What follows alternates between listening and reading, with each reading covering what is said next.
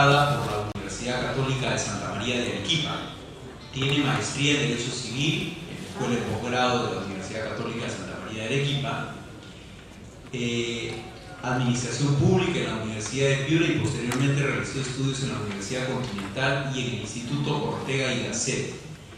Tiene estudios también de Derechos Humanos en Salud por la Facultad de Salud Pública de la Universidad Cayetano Heredia, estudios de posttítulo en Derechos Humanos y Mujeres, Teoría y Práctica en el Centro de Derechos Humanos de la Facultad de Derecho de la Universidad de Chile.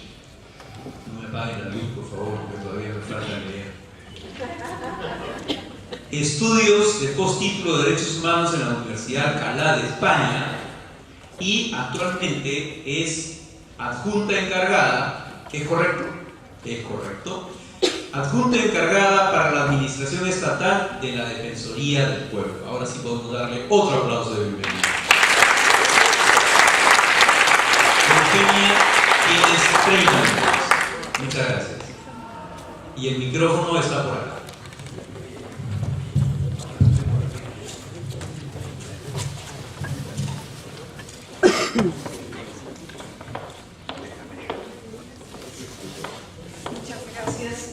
Primero por la invitación, para mí es un honor, un placer estar entre ustedes, conversar acerca de esta preocupación que tenemos sobre el tema de la salud en nuestro país. No es ajeno a la Defensoría del Pueblo y por eso es que a través de la labor que nosotros realizamos hacemos supervisiones. Entonces yo voy a basar mi presentación, la ponencia de hoy día, en una supervisión hecha el año pasado en 173 hospitales a nivel nacional,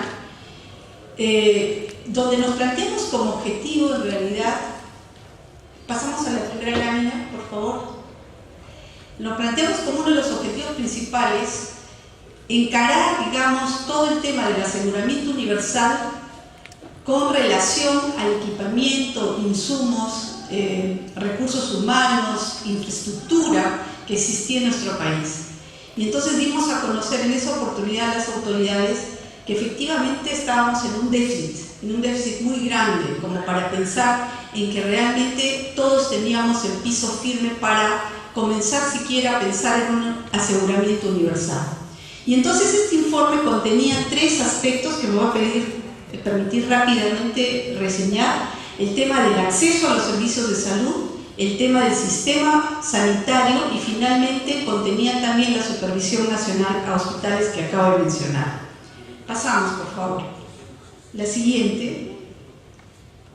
El acceso a los servicios de salud requiere, como ustedes saben, cumplir 3 condiciones básicas que nos permitan de alguna manera evitar la exclusión de salud. Entonces, porque si faltara alguno de estos elementos, estaríamos frente a un tema de inequidad. Uno de ellos es garantizar el acceso a los servicios eliminando justamente las barreras económicas, sociales, geográficas o de otra índole. El segundo tiene que ver con la solidaridad en el financiamiento y la seguridad financiera de los hogares, es decir, cómo los hogares finalmente no deben sufrir los avatares de cargar con la parte económica de una enfermedad. Y la tercera tiene que ver con asegurar la atención con dignidad y respeto, tomando en cuenta la diversidad, calidad y calidez en los servicios prestados. Cualquiera de estos pudiera faltar, y si falta, realmente estamos frente a un hecho de carácter vulnerable. En realidad, los 3, si se reunieran estos 3 elementos, definitivamente pensaríamos siquiera que nos acercamos a cumplir con el principio de equidad. Pasamos rápidamente. La siguiente. Bien, en esta diapositiva lo que tratamos de mostrar efectivamente es que hay algunos avances y algunos retos dentro del marco del aseguramiento universal. Uno de ellos se puede ver o no como un avance, dependiendo, es el mayor número de personas que cuentan con un seguro de salud. Mayoritariamente el SIS, y el SIS coberturado totalmente o subsidiado totalmente. El segundo problema que nosotros vemos como un reto es la categorización y acreditación de los establecimientos de salud, que está en proceso, no se ha avanzado sobre esta materia. El tercero tiene que ver con la evaluación y actualización del PEAS. Miren, cada 2 años debiera evaluarse y actualizarse este planteamiento que se da, o el ofrecimiento que se da de los servicios más básicos. Sin embargo, desde el año 2009 nunca se ha hecho. Esto, por ejemplo, está atrasado. El otro tema es la reglamentación de la Ley de Financiamiento Público de los regímenes subsidiado y semicontributivo referentes al SIS. Esta ley fue dada en el año 2011 y todavía no se ha concretado su reglamentación. Luego tenemos una ley sumamente importante de la cual les pido tomar nota, porque esa ley existe, está en nuestro marco nacional y de alguna manera tenemos nosotros que ser partícipes de su cumplimiento. Es la ley 29414, que es la ley de las personas usuarias de los servicios de salud.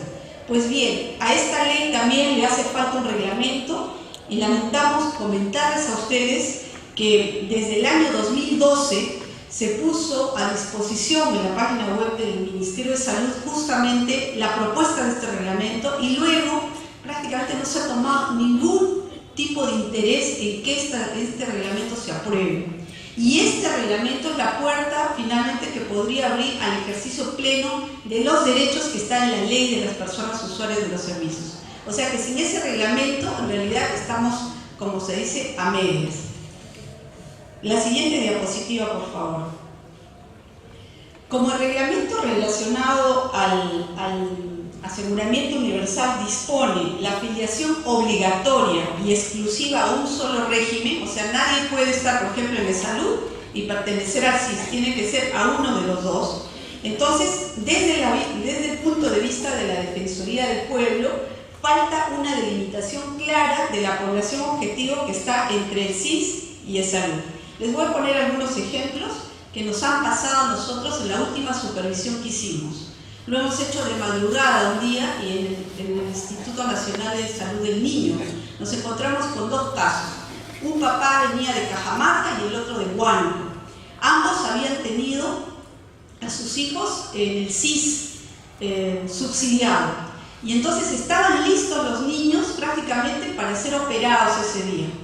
Pero como los padres habían ingresado al sistema formal de empleo, habían sido sacados del SIS para pasar a salud, ¿se dan cuenta?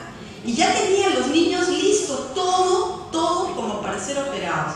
Por supuesto, los padres estaban angustiadísimos, y esto ha sido antes de la huelga, no después de ella, antes de la huelga, angustiadísimos, porque nos decían cómo es posible que lleguemos a la ventanilla y ahora nos pongan un sello, simplemente no va porque a usted le corresponde el salud, ¿ya? Esto ya lo hemos conversado, ¿ya? Y créanme que es un problema cambiar el sistema, a pesar de que sí las autoridades te lo entienden perfectamente. Dicen, es que esto no debería ser. Debería seguir siendo el SIS quien siga atendiendo hasta la totalidad, digamos, de la operación y postoperatorio, y el salud pagarle al SIS para que se continúe. Pero definitivamente esto es una carga para el paciente. Imagínense niños que tenían que ser operados y no podían ser operados. Cuando conversamos con el director del hospital nos dijo que de inmediato iba a haber este tema. Entonces, esto es un tema real y a eso nos referimos con esta delimitación.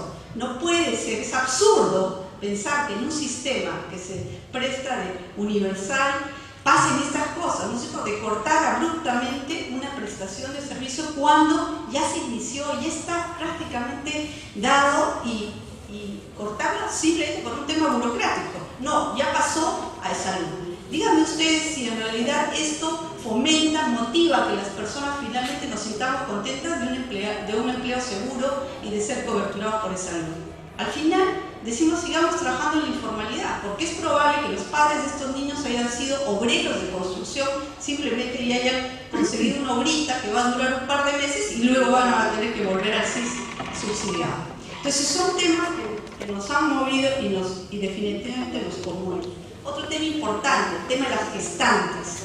Ustedes saben que, por ejemplo, si una gestante ingresa embarazada, coberturada por el salud, no es atendida. Y como ya está en salud, SIS también se resiste a atenderla. Entonces la gestante, por una persona que tiene 3 meses de gestación, se queda en la nada. en la nada.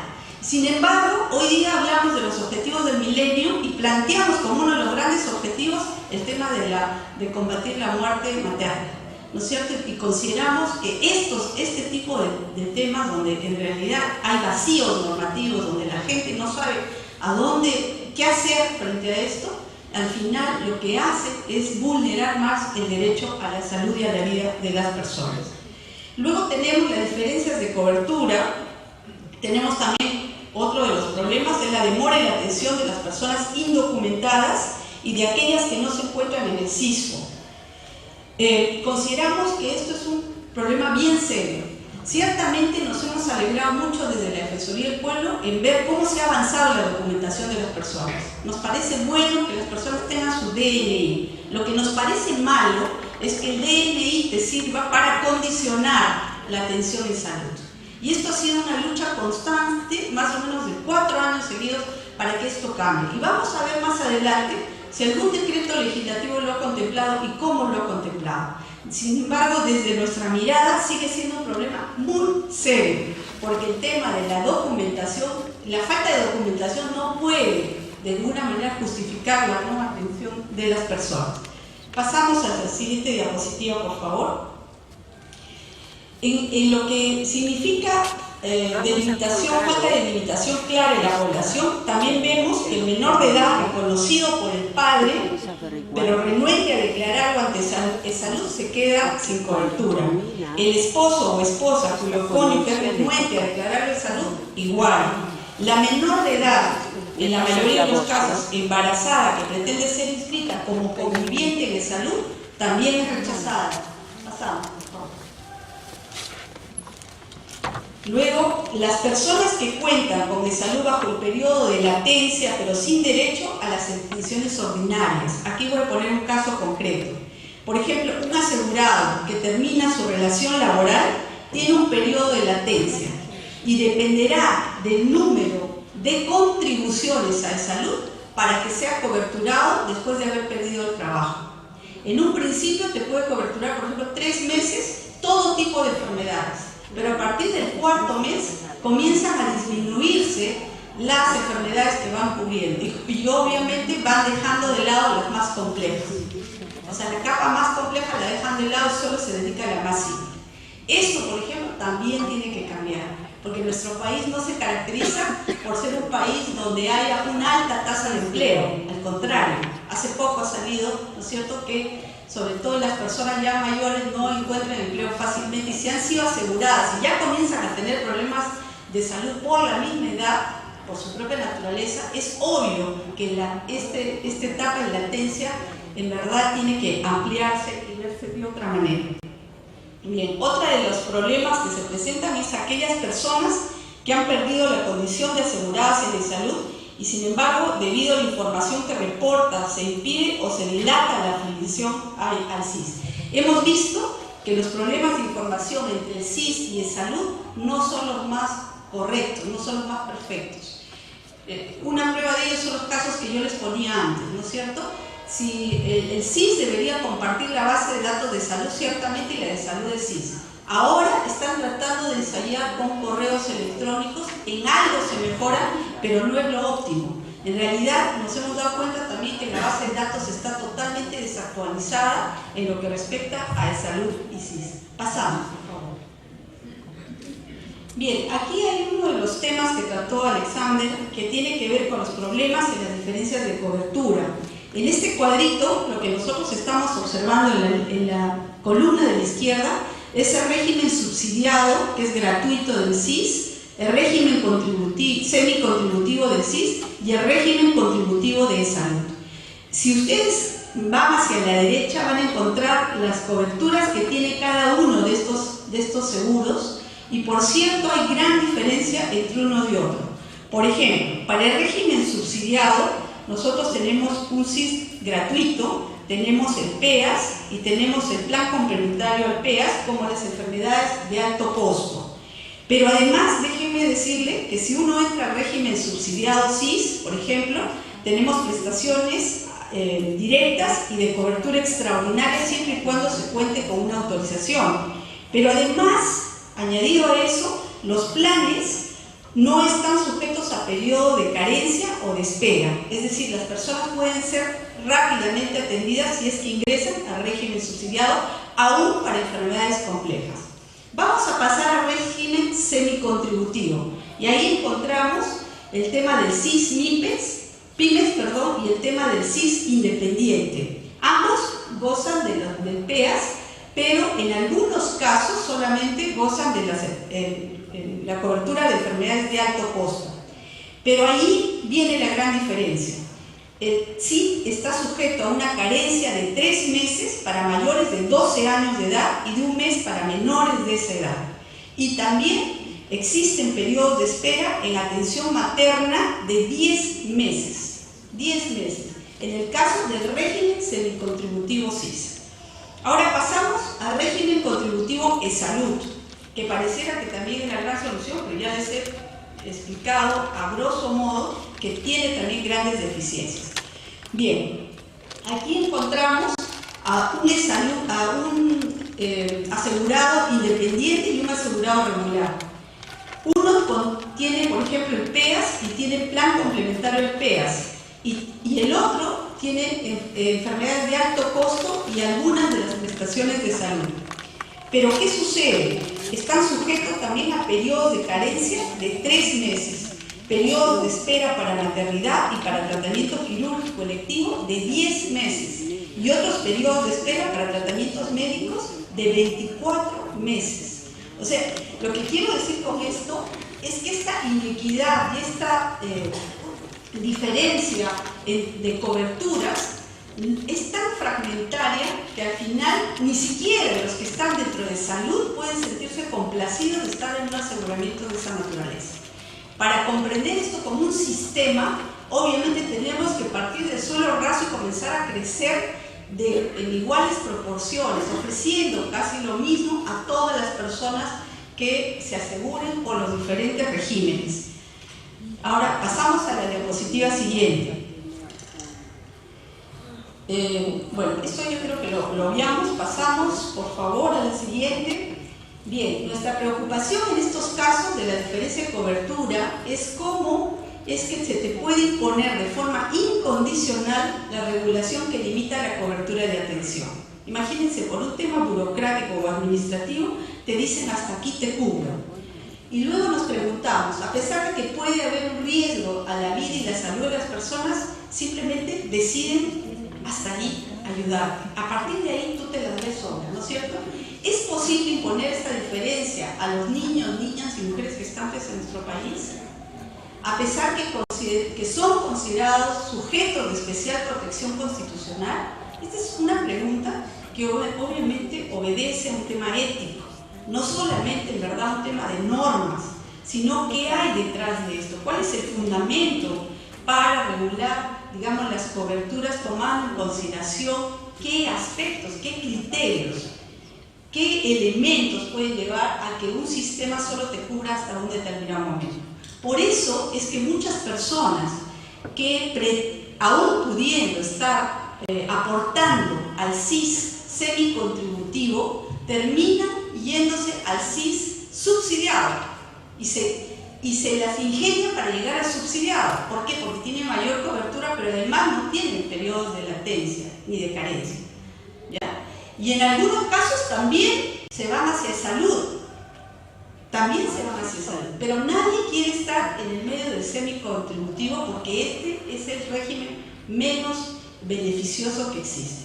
Y es el que va a surgir a partir de agosto, ya ha sido anunciado, ¿no es cierto?, que todo el mundo va a comenzar a aportar voluntariamente, bueno, voluntariamente entre comillas, los independientes van a tener que aportar a estos sistemas, ¿no es cierto?, tanto al tema de las AFPs como obviamente al tema de los seguros. Entonces, allí hay que mirarlo, y yo de verdad, desde lo que me toca, esto es un tema bien serio, porque no se motiva un trabajo formal, por un lado, pero tampoco se hace nada por los trabajos digamos, de las pequeñas empresas y aquellos que trabajan en forma independiente. Pasamos, por favor.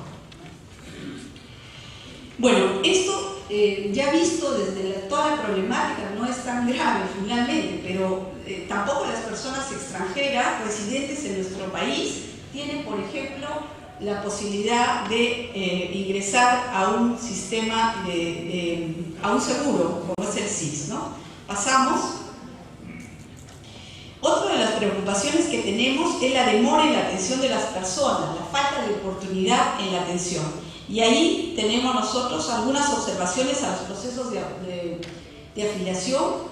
Hace un rato el doctor Saco nos explicaba este tema del CISFO y la necesidad de tener el DNI para recién entrar al sistema de focalización de hogares, que es un sistema que es bastante perverso porque lo que hace es tomar como unidad de estudio los hogares, y las personas que no viven en un hogar, como son en albergues, en penales, en centros de residencia, muchas veces no son tomados en consideración. Entonces, esta es una preocupación también latente, porque se producen lamentablemente exclusiones al sistema.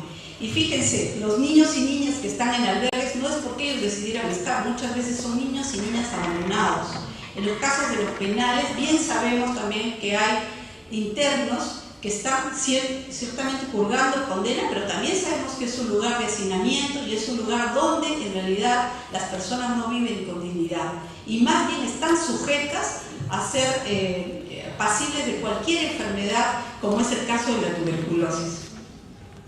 Otra de las preocupaciones que tenemos es que este SISFO, que es Sistema de Focalización de Hogares, se basa en las unidades locales de focalización que funcionan en los municipios, y los municipios no están preparados para levantar información sobre esta materia. Y no se imaginan ustedes la cantidad de casos que llegan de gente que han optado por ir a la unidad local de focalización y que ésta no levanta un dato que le sirve al CISFO para calificarla como extremadamente pobre y que finalmente para que pueda realmente ser elegible para el SIS subsidiado. Pasamos, por favor. Voy a recordar algunas de las recomendaciones que hemos hecho con respecto al acceso a los servicios de salud. La siguiente. Nosotros le hemos pedido al Congreso de la República priorizar en el marco de sus competencias la discusión y aprobación de este proyecto de ley, mediante el cual se propone regular la incorporación directa de los hijos e hijas de los trabajadores dependientes de salud a la sanidad de las Fuerzas Armadas y Policiales y a las entidades prestadoras de servicios como son las EPS. Este proyecto de ley ha sido recientemente aprobado, pero todavía la ley no se ha promulgado. Pasamos. Eugenia, te quedan 5 minutos. 5 minutos, van 5 minutos también, gracias.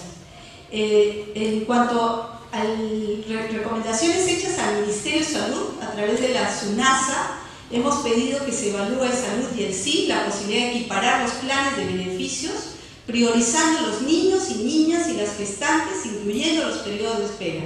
Además, propiciar que Salud y el SIS delimiten su población objetivo de tal forma que se garantice el acceso de toda persona a los servicios de salud. Favorecer el intercambio de información institucional de las personas que son aseguradas en ambos regímenes. Pasamos, por favor. Al Ministerio de Desarrollo e Inclusión Social, MIDIS, que está a cargo del Sistema de Focalización de Hogares, evaluar en coordinación con el Seguro Integral de Salud la incorporación de criterios de clasificación socioeconómica que dejen de lado el tema de si tiene o no televisor, si tiene o no, no sé, productos de casa, ¿no es cierto? Y permitan más bien la afiliación al SIS de las personas que presenten enfermedades que generen riesgo de pobreza. Pasamos, por favor. Establecer, le dijimos, a la mayor brevedad posible los criterios de evaluación socioeconómica de la población de centros de atención residencial, albergues, centros juveniles y centros penitenciarios que consideren las particularidades, condiciones en las cuales se encuentran. Y aquí en rojo yo les he colocado justamente el decreto legislativo 1164, que ha sido dado en diciembre de 2013, donde se habla del SIF subsidiado. Y lamentablemente, desde la Defensoría del Pueblo consideramos que esto no cumple, digamos, las expectativas que nosotros teníamos sobre esta materia. Porque lo primero que se dice es incorporará, miren cómo en realidad se va excluyendo poco a poco, ¿no? Incorporará directamente a la población residente en los centros poblados focalizados por el MIDIS, personas recluidas en centros penitenciarios o en centros de atención residencial, niños y adolescentes, personas en situación de calle acreditados por el MIDIS. Estos centros poblados focalizados, créanme que son pocos y todos están en la Sierra Central y todo este tema. Muchos centros penitenciarios no están en la sierra, están en la costa del país, y los centros de atención residencial dudo que haya muchos a lo largo del Perú. Entonces es un tema, digamos, que no resuelve el problema de fondo. Y luego señala, de manera progresiva, y esta es la preocupación, a gestantes, o sea, van a ingresar al CIS directamente las gestantes hasta terminar su puerperio, e infantes de 0 a 5 años. Pero dice que esto será progresivo y se va a comenzar de 0 a 3 años, e incluir a los niños de 0 a 3 años. Pasamos, por favor. Y luego señala, excepcional y temporalmente, o sea, solo por 45 días se va a recibir al CIS, en el CIS subsidiado, a personas no inscritas en RENIEC, o sea, a los indocumentados absolutos, siempre que sean recién nacidos, hijos de asegurados del CIS subsidiado. Primer problema. Se encuentren en situación de calle, acreditada por el Ministerio de la Mujer y Poblaciones Vulnerables, todavía no sabe cómo hacer la acreditación, no residan en una unidad de empadronamiento o residan en centros poblados focalizados por el MIDIS, incluyendo la población de comunidades indígenas. Solo por 45 días se va a recibir a estos niños. Solo en el caso de los menores de edad mencionados, que requieran de una resolución judicial para ser identificados, la afiliación se hará hasta el momento de obtener el documento de identidad. Esto último es lo que nosotros queríamos. En realidad, que simplemente ingresen al CIS subsidiado todas las personas que requieran la atención en salud. Y luego, paralelamente a esto, se va gestionando la documentación. Porque el tema de la documentación es un tema de derecho, del derecho a la identidad, pero ningún derecho humano puede condicionar el ejercicio de otro. Son tan o más importantes, ¿sí?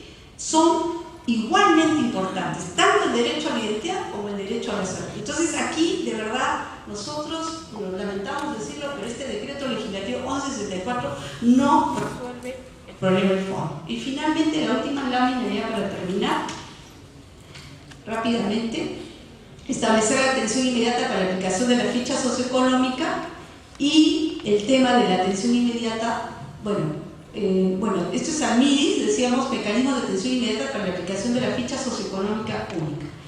Muy bien, por parte de las unidades locales de focalización que están a cargo de los municipios y que creemos que no están debidamente capacitados ni han recibido presupuesto para cumplir con este cometido. Bueno, desde ya les agradezco por su atención, mil disculpas por correr, pero